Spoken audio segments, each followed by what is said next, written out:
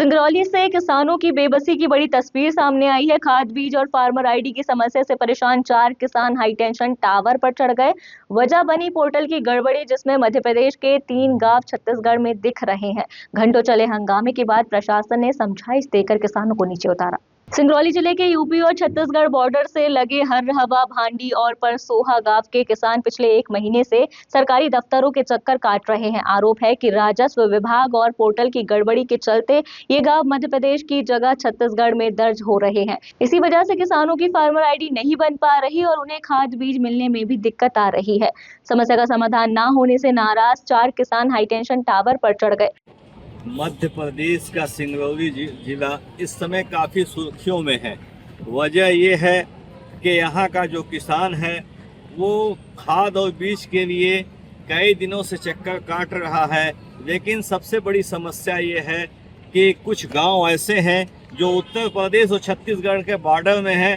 हरहवा, हाड़ी और परसोहा, इन इलाकों के नाम कहीं भी मध्य प्रदेश शासन के पोर्टल में दिखाई नहीं दे रहे हैं, जिससे किसानों की फार्मर आईडी नहीं बन पा रही है और किसान खाद बीज के लिए परेशान है।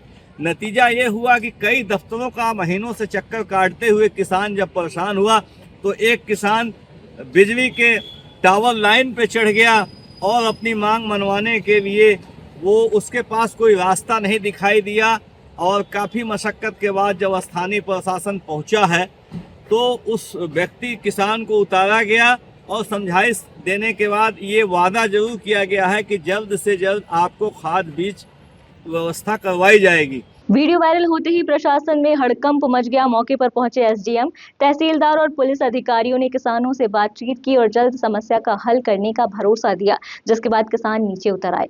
देखिए, इस भारतीय जनता पार्टी की सरकार में यदि सबसे ज़्यादा कोई त्रसित हुआ, परेशान हुआ तो हिंदुस्तान का किसान। आपने देखा होगा कि 2 बोरी खाद और बीज लेने के लिए पिछले साल लाइन लगाना पड़ा, डंडे खाने पड़े किसानों को।